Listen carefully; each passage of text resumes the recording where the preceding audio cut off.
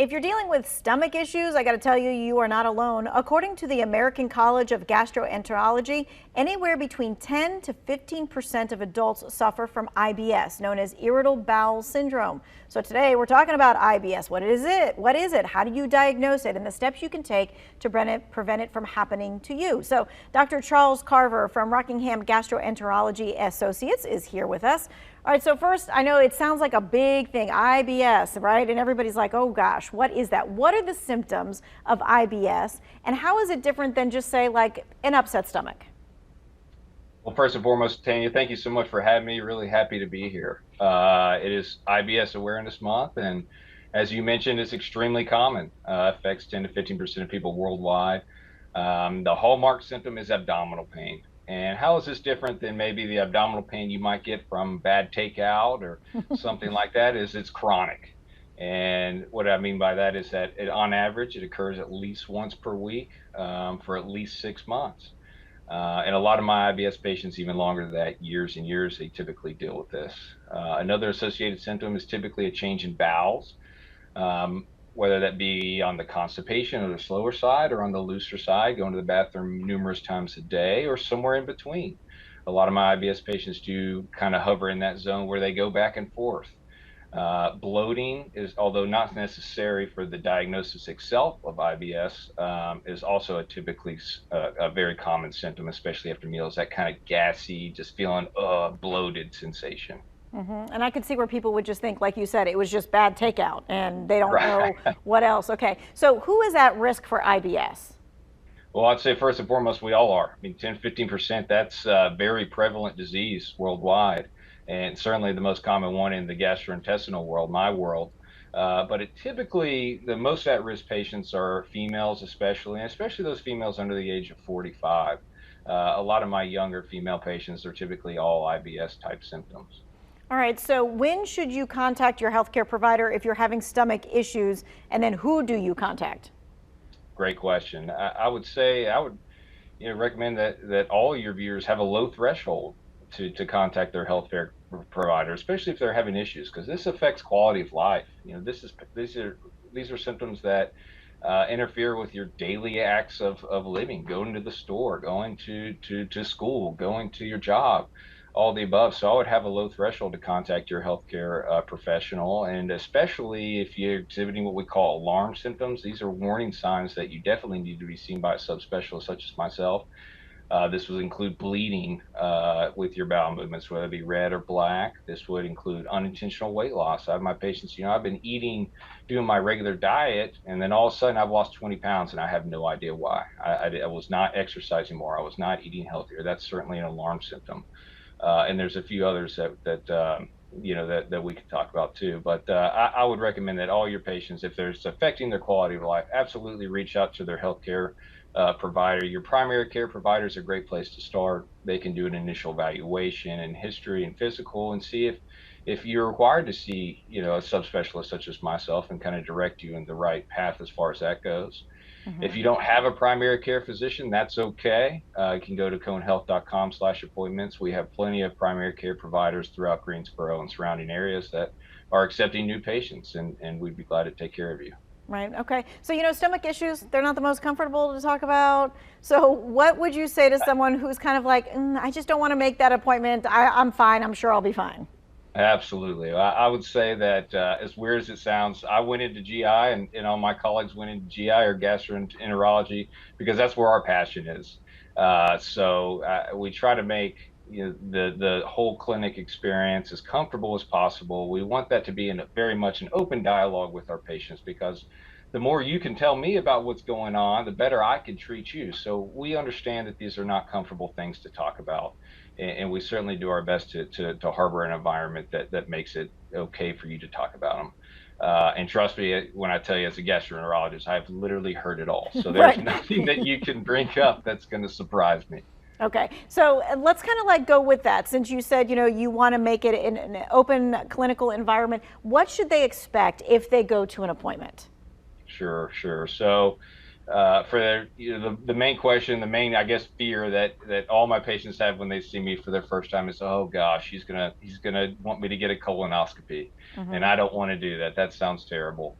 I will tell you, for the diagnosis of IBS, colonoscopy is not required. A lot of times, just by a full history and physical, typically involving blood work as well, plus or minus stool studies, we can make that diagnosis. If you're having alarm symptoms, some of the ones I mentioned earlier, the bleeding, the weight loss, if you're over the age of 45, if you had a sudden change of symptoms, I've always been a little bit constipated, going every 2 to 3 days, but now all of a sudden I'm total opposite, or all of a sudden I'm way worse. That would be a red flag to me that something has changed.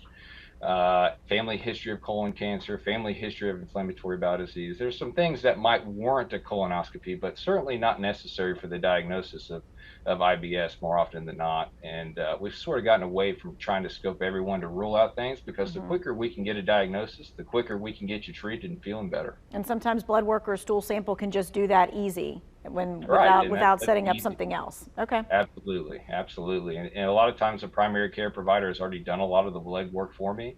I just have to order a few things just to kind of complete the workup. And usually doesn't involve expensive tests like imaging, like CT scans and things like that. IBS, we've really, our societies, you mentioned the American College of Gastroenterology, we really try to push more of let's get these patients diagnosed quicker with less invasive testing so we can get them treated quicker and Okay. feeling better. All right, so what we're going to do, we're going to take a quick break. When we come back, we're going to be talking about diet and IBS and some things that we can do to maybe like ward that off or make it better. We'll be talking about that coming up in the next break.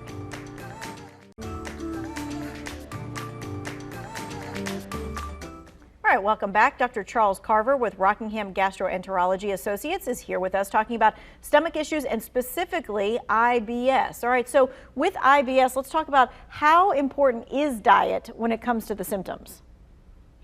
Another great question. For all our IBS patients, we kind of take an integrated approach as far as treatment goes.